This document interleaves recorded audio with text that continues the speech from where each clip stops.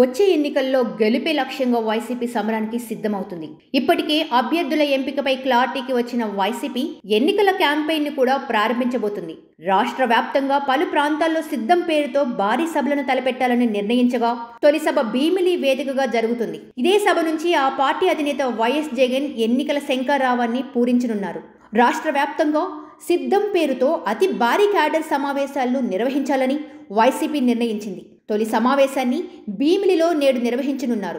ఇందుకోసం ఉత్తరాంధ్రలోని 34 అసెంబ్లీ నియోజకవర్గాల నుండి వైఎస్ఆర్పీసీ కార్యకర్తలు ఈ సభకు హాజరవుతున్నారు. ఉత్తరాంధ్రకు సంబంధించిన నేతలు కార్యక్రమాన్ని విజయవంతం చేయడానికి కృషి చేశారు. 2019 ఎన్నికల వేళ కూడా వైసీపీ అధినేత జగన్ ఎన్నికల శంఖారావాన్ని ఉత్తరాంధ్ర నుంచే ప్రారంభించారు. మరోసారి ఇదే సెంటిమెంట్ ను కొనసాగించేలా ఉత్తరాంధ్ర నుంచే ఎలక్షన్ క్యాంపెయిన్ ను షురూ చేస్తున్నారు. ఈ సభ నుంచి నేతలు కార్యకర్తలకు స్పష్టమైన సందేశం సీఎం జగన్ ఇవ్వనున్నారు. వచ్చే అసెంబ్లీ లోక్సభ ఎన్నికల్లో అనుసరించాల్సిన వ్యూహాలపై దిశానిర్దేశం చేయనున్నారు. క్యాడర్లో సరికొత్త జోష్ను నింపే ప్రయత్నం చేయనున్నారు.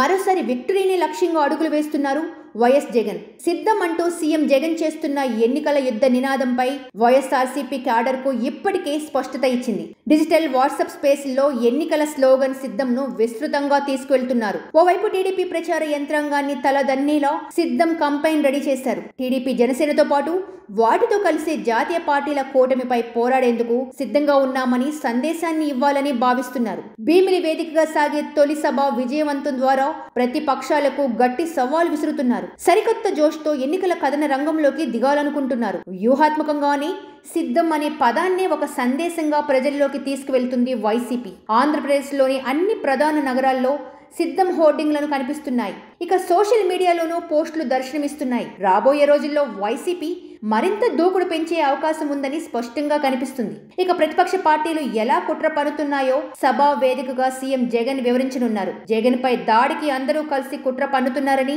బయట వ్యక్తులు రాష్ట్రానికి వచ్చి జగన్ పై ఆరోపణలు చేస్తున్నారని ఇప్పటికే వైసీపీ నేతలు ఆరోపించారు. అటు వైఎస్ఆర్పీసీ ఇచ్చిన హామీలన్నింటినీ అమలు చేస్తుందని, మరోసారి అధికారాన్ని కోరుతుందని అంటున్నారు. అవన్నీ సిద్ధం ద్వారా ప్రజలకి వివరించనున్నారు. సబ్స్క్రైబ్ చేయండి. Please do subscribe to.